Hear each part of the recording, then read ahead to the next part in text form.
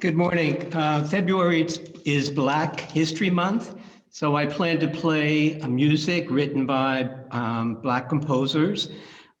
This morning, I'm playing a piece that was written in 1866. I came to know this composer when I went to a recital at Brown University in 1990, and his name is Blind Tom Bethune-Wiggins. He was born to slaves in 1849, Charity and Mingo Wiggins, and because he was blind and also undiagnosed as an autistic child, he stayed around the plantation house. When he was 4, he got access to a piano, and he went and played all of the music perfectly that the Bethune daughters were playing. So it was discovered that he was a musical savant. Soon after that, he was put on stage by the Bethunes, and he made over $1 million in his career for the Bethunes, just given room and board. He died in 1908. He was a prolific composer. Not much of his work is left, though. And he was the first African-American who played in the White House for James Buchanan. He toured Europe, all over the United States, and had some very interesting stereotypic behaviors, including self-injury. Before concerts, he would bang his head against the wall. Echolalic.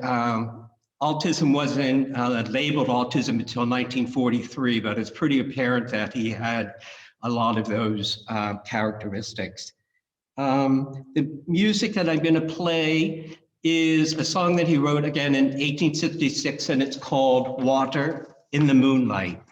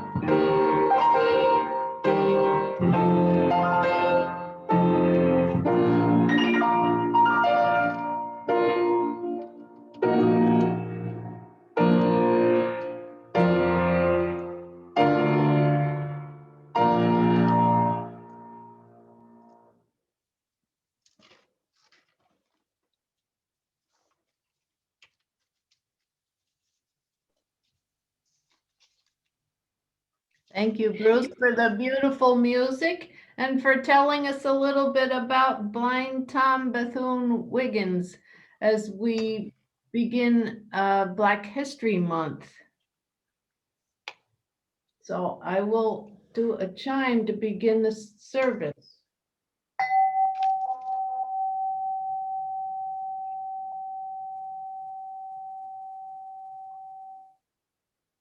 Good morning and welcome to the Treasure Coast Unitarian Universalist Society in Stuart, Florida. Today is February 7th, 2021. My name is Judy Clough. I'll be your worship associate today. We are happy to have a visiting minister, Reverend Jennifer DeBusk Alviar, in our pulpit today. She was here in November. She's returning. Reverend Jennifer DeBusk Alviar is an interfaith minister ordained in the Unitarian Universalist tradition.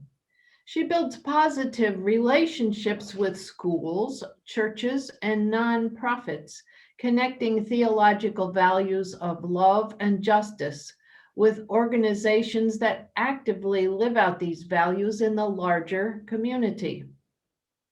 As a faith leader and community bridge builder, her ministry also includes public speaking, writing, and retreat facilitation.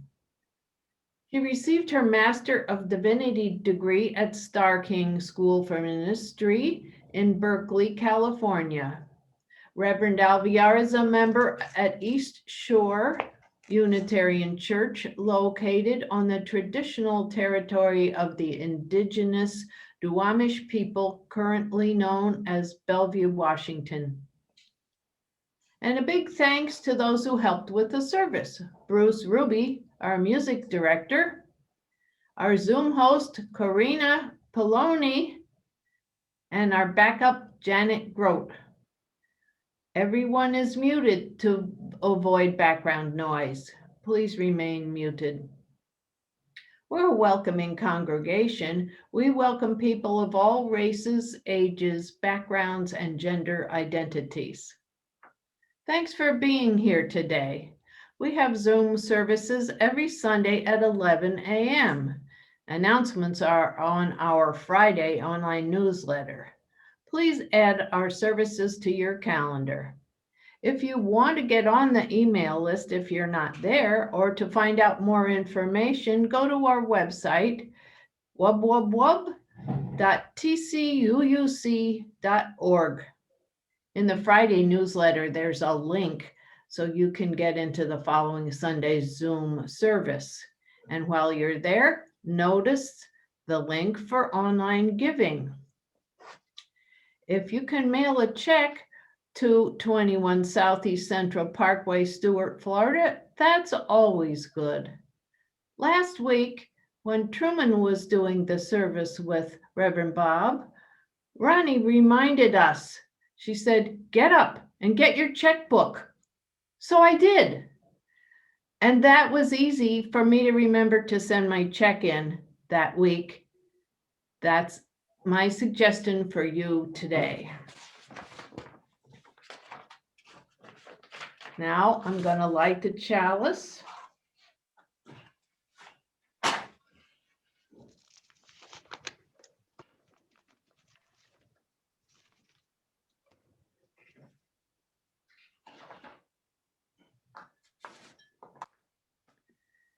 May the glow of this chalice bring us together in love, hope, and understanding.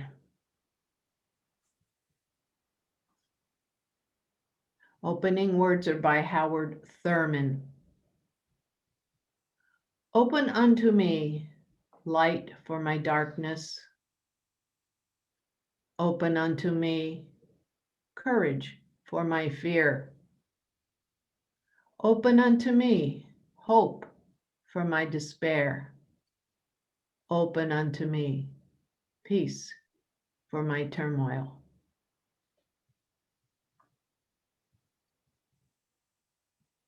So our hymn this morning is going to be a video. It's a combination of hymns. The name of the video is called Freedom Songs.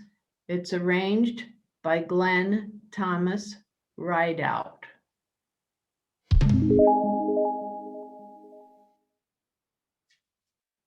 Wow, good choice. Thank you.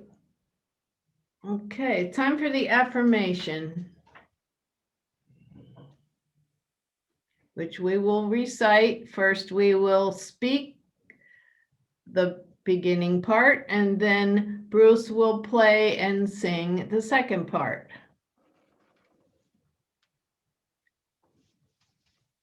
Love is the spirit of this church, and service is its law. This is our great covenant, to dwell together in peace, to seek the truth in love, and to help one another.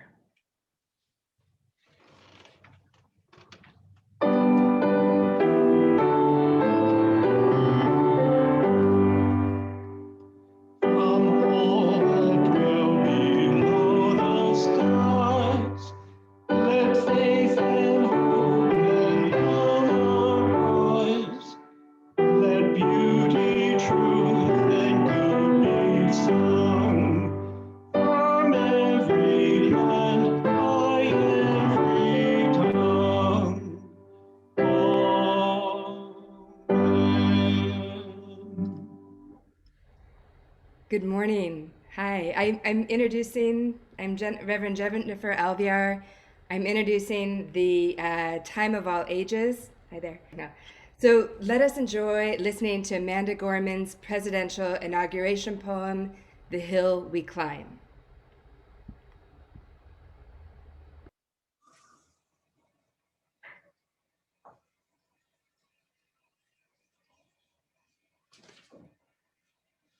President, Dr. Biden, Madam Vice President, Mr. Emhoff, Americans, and the world. When day comes, we ask ourselves, where can we find light in this never-ending shade? The loss we carry, a sea we must wade. We've braved the belly of the beast. We've learned that quiet isn't always peace. In the norms and notions of what just isn't always just is. And yet the dawn is ours before we knew it. Somehow we do it. Somehow we've weathered and witnessed a nation that isn't broken, but simply unfinished. We, the successors of a country and a time where a skinny black girl descended from slaves and raised by a single mother can dream of becoming president, only to find herself reciting for one. And yes, we are far from polished, far from pristine, but that doesn't mean we are striving to form a union that is perfect. We are striving to forge our union with purpose, to compose a country committed to all cultures, colors, characters, and conditions of man.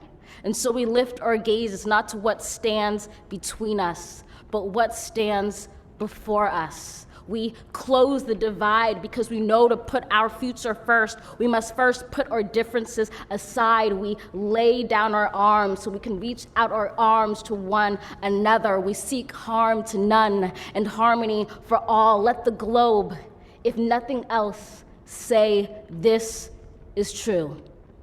That even as we grieved, we grew, that even as we hurt, we hoped, that even as we tired, we tried, that we'll forever be tied together, victorious, not because we will never again know defeat, but because we will never again sow division. Scripture tells us to envision that everyone shall sit under their own vine and fig tree, and no one shall make them afraid. If we're to live up to our own time, then victory won't lie in the blade, but in all the bridges we've made. That is the promised glade, the hill we climb if only we dare it, because being American is more than a pride we inherit. It's the past we step into and how we repair it. We've seen a force that would shatter our nation rather than share it, would destroy our country if it meant delaying democracy. And this effort very nearly succeeded. But while democracy can be periodically delayed, it can never be permanently defeated. In this truth, in this faith we trust, for while we have our eyes on the future, history has its eyes on us. This is the era of just redemption. We feared it at its inception. We did not feel prepared to be the heirs of such a terrifying hour, but within it we found the power to author a new chapter, to offer hope and laughter to ourselves. So, while once we asked, how could we possibly prevail over catastrophe? Now we assert, how could catastrophe possibly prevail over us? We will not march back to what was, but move to what shall be, a country that is bruised but whole, benevolent but bold, fierce and free. We will not be turned around or interrupted by intimidation, because we know our inaction and inertia will be the inheritance of the next generation. Our blunders become their burdens. But one thing is certain: if we merge mercy with might and might with right, then love becomes our legacy and change our children's birthright.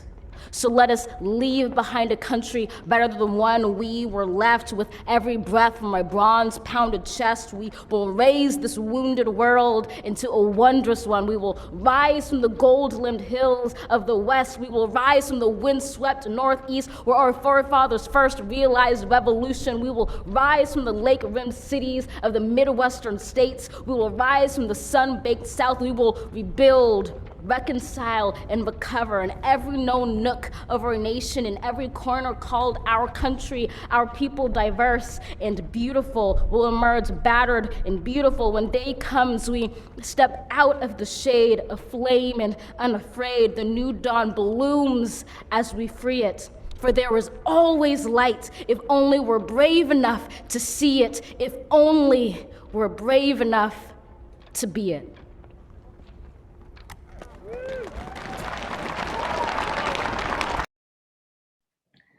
That is such a wonderful video. Thank you for choosing it, Jennifer. She is a very inspiring young woman, Amanda Gorman. So this morning, as a caring community, we want to hear your joys and sorrows. So let's share them. I will move a stone into our symbolic river to mark each joy and sorrow. Please keep your joys and sorrows brief. Raise your hand to share, and Corina will unmute you to speak. Please mute yourself when you're done, and she will continue to call one person at a time to share. For those who were unwilling to share out loud but want to keep their joys and sorrows to themselves, that's just fine. Please know that you are in our hearts. And here's one for the silent ones.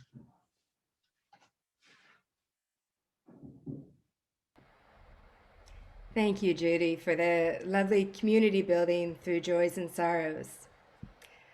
For our reading this morning, I would like to share with you a reading honoring Frances E. W. Harper. She was an African-American Unitarian, abolitionist, suffragist, poet, teacher, public speaker, and writer who lived from 1825 to 1911. Harper wrote, "We are all bound up together in one great bundle of humanity, and society cannot trample on the weakest and feeblest of its members without receiving the curse in its own soul. Look hopefully to the future, for the shadows bear the promise of a better day coming."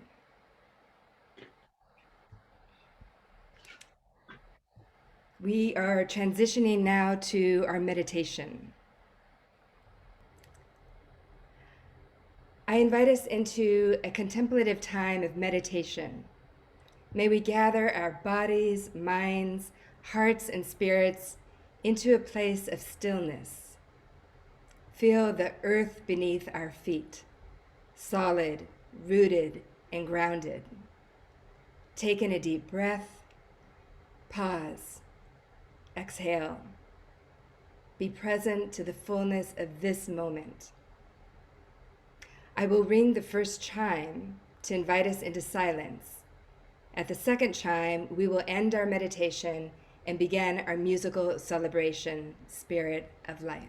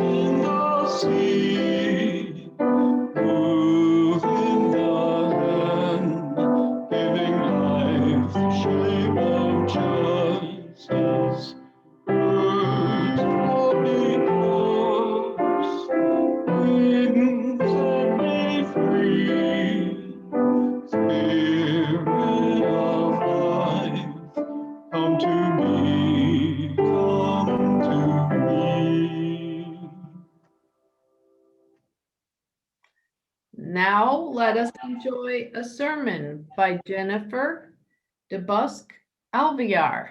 Welcome, Jennifer. Thank you. Good to be here. Well, yes, here we are together again. And as you may recall, when you first graciously invited me to preach at Treasure Coast UU Congregation on November 15, 2020, a couple weeks after the election. Now I find myself reconnecting with you on February 7, 2021, a couple weeks after the inauguration of President Joe Biden and Vice President Kamala Harris. What lively, historic times we live in.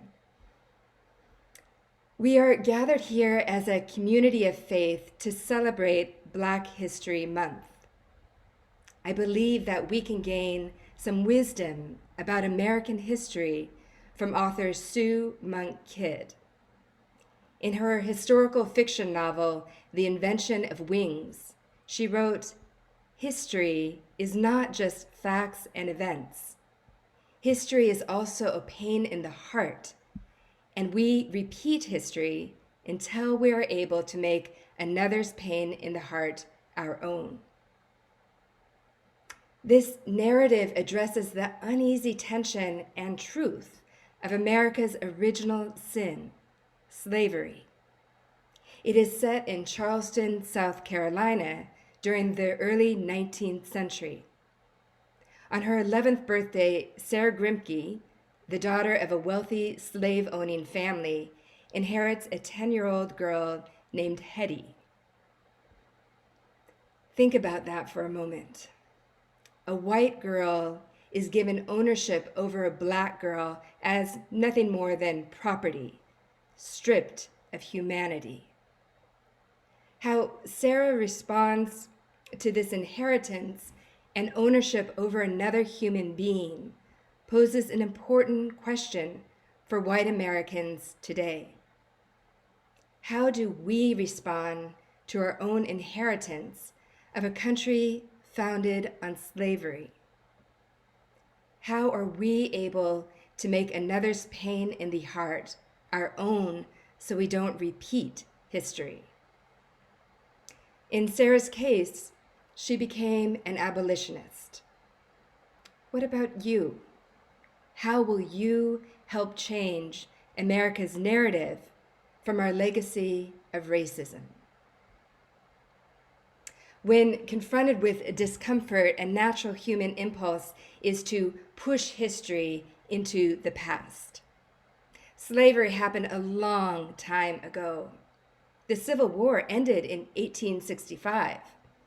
The battle over race between the North and South is finished. It is now 2021. Today, we live in a post-racial world. Is that really so? Just last month, on January 6th, insurrectionists defiantly waved the Confederate flag inside the U.S. Capitol building, asserting the ideology of white supremacy over democracy.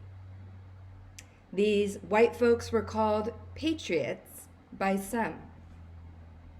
Just last summer, black folks were called rioters when they marched in the streets carrying Black Lives Matter signs, protesting George Floyd's death by a white police officer's knee on his neck. Is the battle over race really finished? Is our history and legacy of racism really in the past? Where do we go from here? It begins, I believe, with a reckoning of one's own place in history grounded in humility, awareness, and accountability. Let me share a personal story to give you some context from my particular location. Like many of you, I was riveted by 22-year-old Black National Youth Poet Laureate Amanda Gorman, who recited for the presidential inauguration her poem, "The Hill We Climb." Mind you, she delivered her poem on the very same steps of the U.S. Capitol exactly 2 weeks after the insurrection. She gave me hope with her powerful message of courage and unity in the midst of violence and division. My 2 favorite stanzas of her poem were these: "We will not march back to what was, but move to what shall be, a country that is bruised but whole, benevolent but bold, fierce and free." And if we merge mercy with might and might with right, then love becomes our legacy and change our children's birthright. On another level, Gorman's vulnerability and candor about her speech impediment struck a personal chord for me. It caused me to reflect on this question: What does it mean for a woman to reclaim her voice and power in a world where systems of oppression impede such power? I too have struggled with speech issues. When I was 6 years old, I survived a life-threatening brain hemorrhage. The injury to my brain was located in the left hemisphere near the speech and language center. Due to the bursting of blood vessels, the surgeon was unable to operate immediately. I found myself in a state of limbo.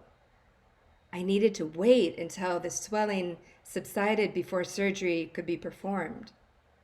No one knew how long that might take. For 105 days, I inhabited a world of silence with minimal access to words or verbal expression. After 105 days, the swelling subsided. Brain surgery was performed. I regained my speech with the help of speech therapists. The difference between equality and equity can be summed up in one word: access. In my case, I am a white woman who was silenced by a temporary medical condition. 105 days of being without access to my voice is a very different thing than a Black person who is silenced by systemic oppression, grounded in racism and white supremacy for 400 years. Thanks to my privilege, I had access to health care and higher education. I had access to doctors, speech therapists, and tutors who helped me navigate my way from grade school to graduate school. Today, as a minister, I have access to a pulpit where I can give voice and expression to my message of equity and justice among my faith community. Words are powerful, but we must use them wisely. Consider Audre Lorde's famous words: "The master's tools will never dismantle the master's house." If we want to shift America's legacy from slavery to liberation, we need to develop new tools. That means lifting up new voices and listening to new stories. This is a crucial first step in changing America's narrative. Take, for example, America's history around race and the environment. In 1964, two pivotal landmark bills passed in the same year. First was the Civil Rights Act of 1964. This bill prohibited discrimination on the basis of race, color, religion, sex, and national origin. Excellent. So now we have equality among Blacks and whites. That's what the law says, right? Second was the Wilderness Act of 1964. This bill established the National Wilderness Preservation System and instructed federal land management agencies, including the National Park Service, to manage wilderness areas and preserve wilderness character. Perfect. Now all people can enjoy the beauty of nature thanks to this groundbreaking environmental advocacy work, right? Well, maybe not all people, and maybe not all at the same time. No matter what our American history books may say, we must first acknowledge that our country is founded on land stolen from the indigenous people who inhabited it before us. No fancy revisionist history can change this unsavory fact.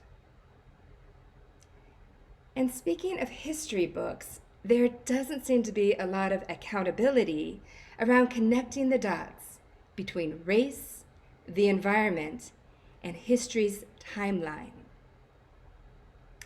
If the Civil Rights Act of 1964 marked equal rights for all races and the Wilderness Act of 1964 marked preservation rights for all people to enjoy national parks and wildlife, then why don't we hear more names of Black people connected to nature and the environmental movement?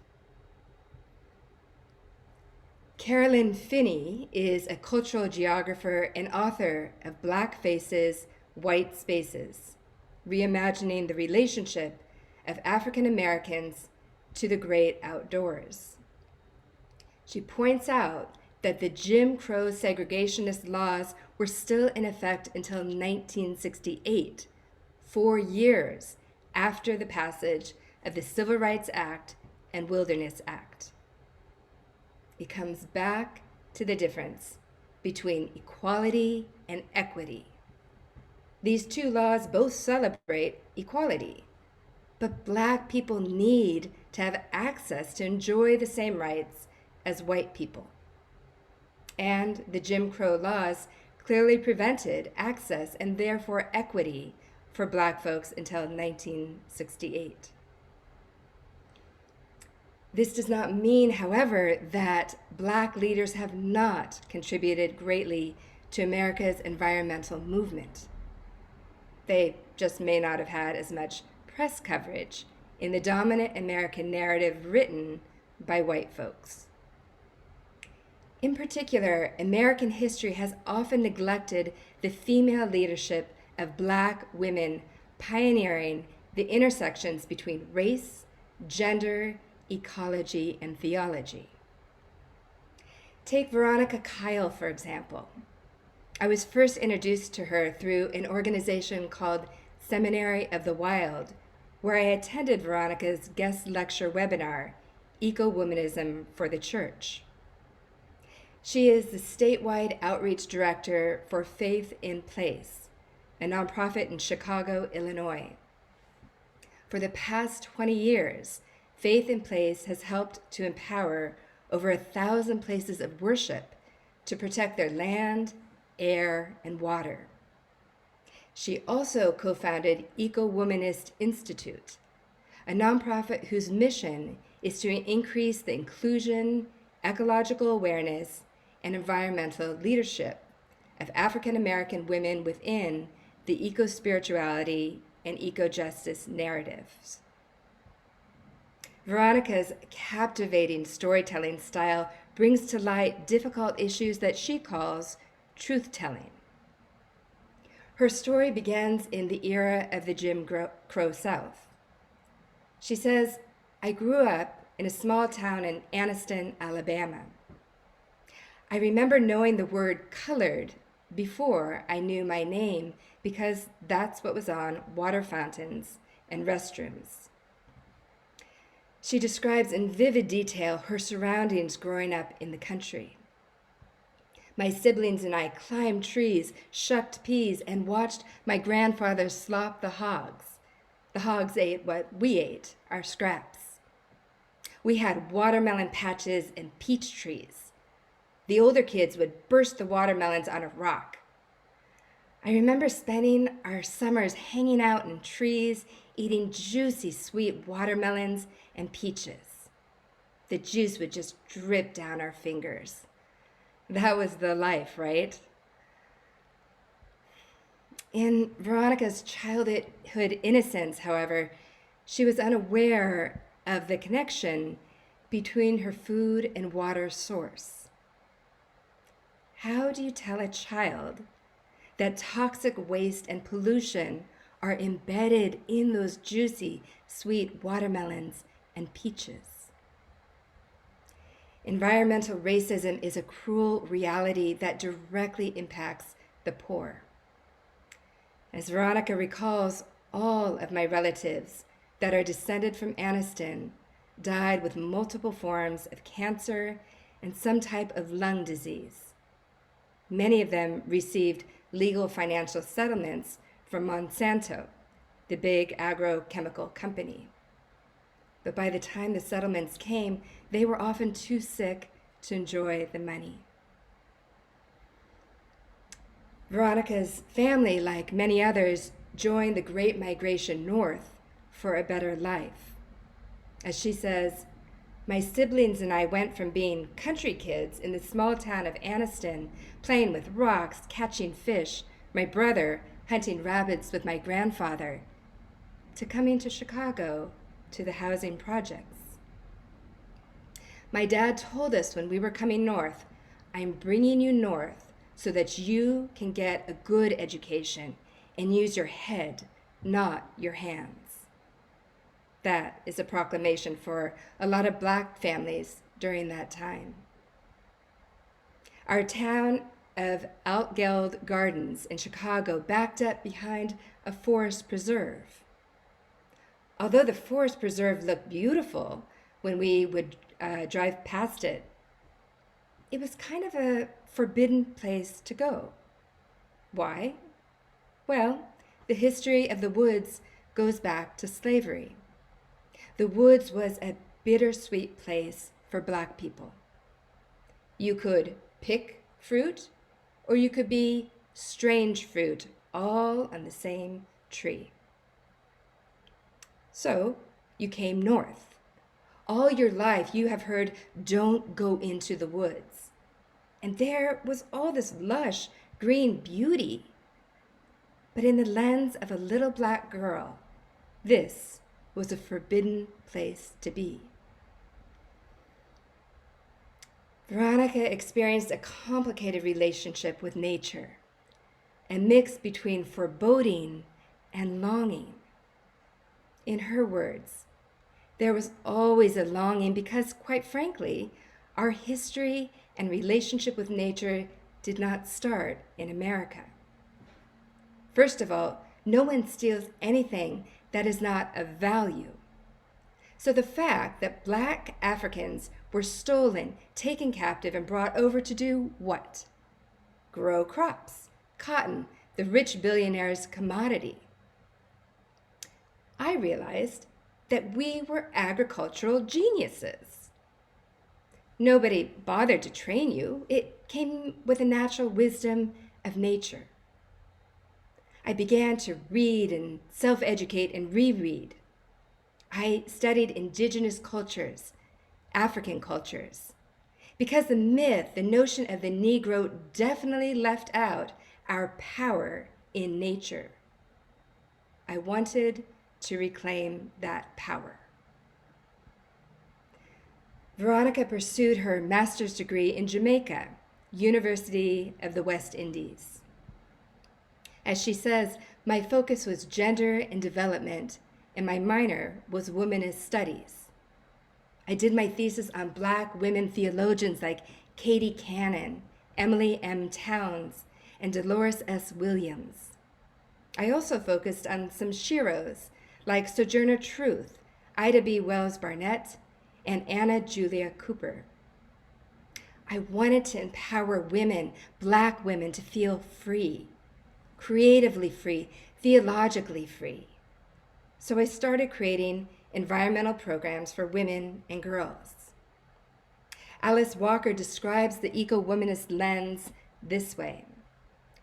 Womanism is to feminism as purple is to lavender. Same family, just deeper. As Veronica puts it, I don't have the luxury to be lavender because I don't have any more privilege to anybody else in my race, my community. Walker coined the term womanism as a Black feminist or feminist of color. Eco-womanism centers the voices of African and African American women, featuring their contributions towards empowering the movements of ecology, gender, and theology. As Dr. Melanie L. Harris expresses it, the ethos of eco-womanism is to lift as we climb. She explains this term in her book, Eco-Womanism, African American Women and Earth-Honoring Faiths. The theory of racial uplift, articulated by W.E.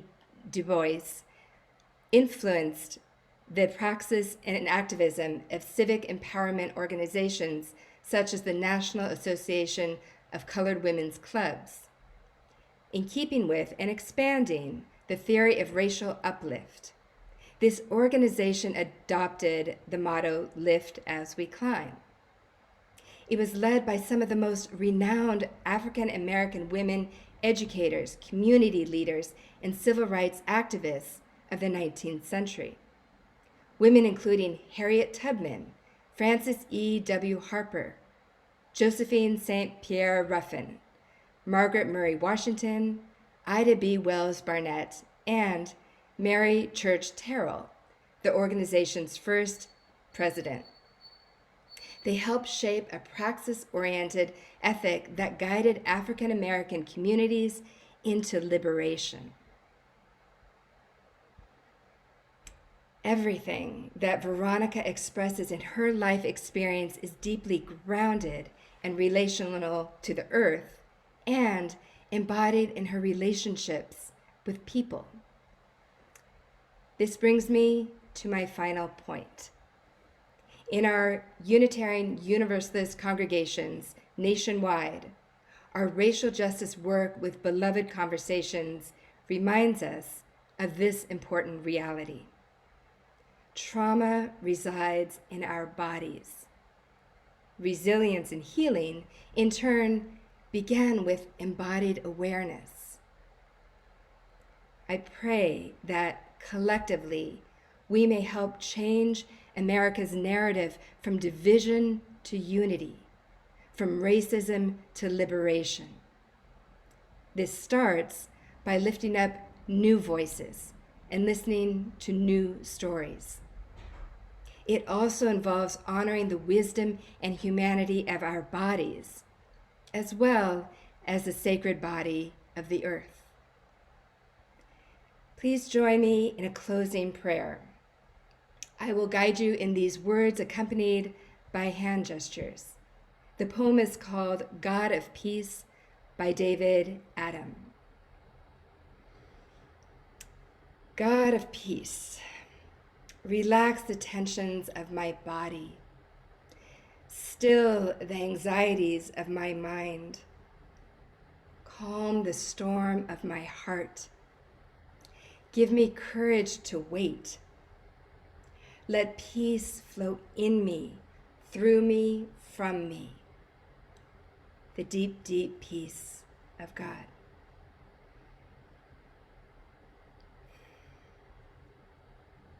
Amen, Shalom, Salam, Namaste, and Ashe. The final hymn this morning is hymn 1017, Building a New Way. Building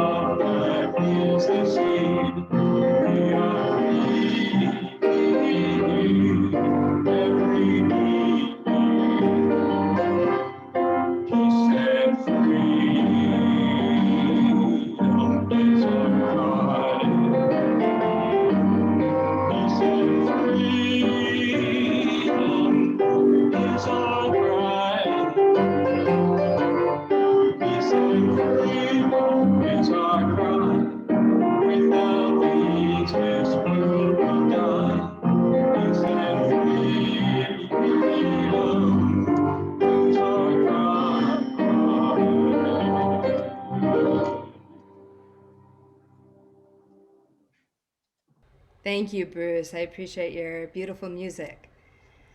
I would like to close for the end of our service with a poem called Prayer for Living Intention by Joseph M. Cherry.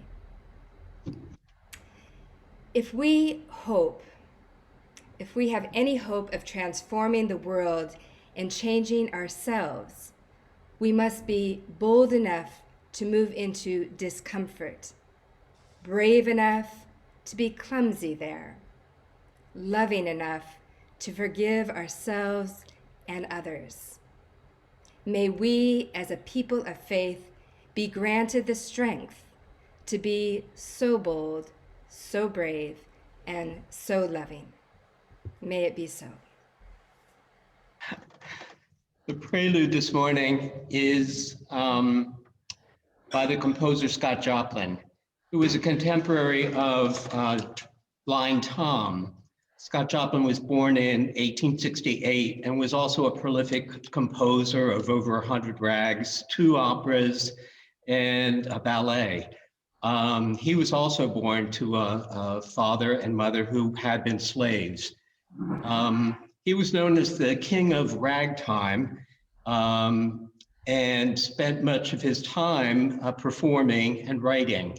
Unfortunately, he died a pauper and was buried in an unmarked grave. The grave was not marked until 1974, when the movie, The Sting, was released. And his music was given credit for that Oscar-winning movie. I love to play all the rags, but I chose the first rag, Maple Leaf Rag. That was the first one that he published.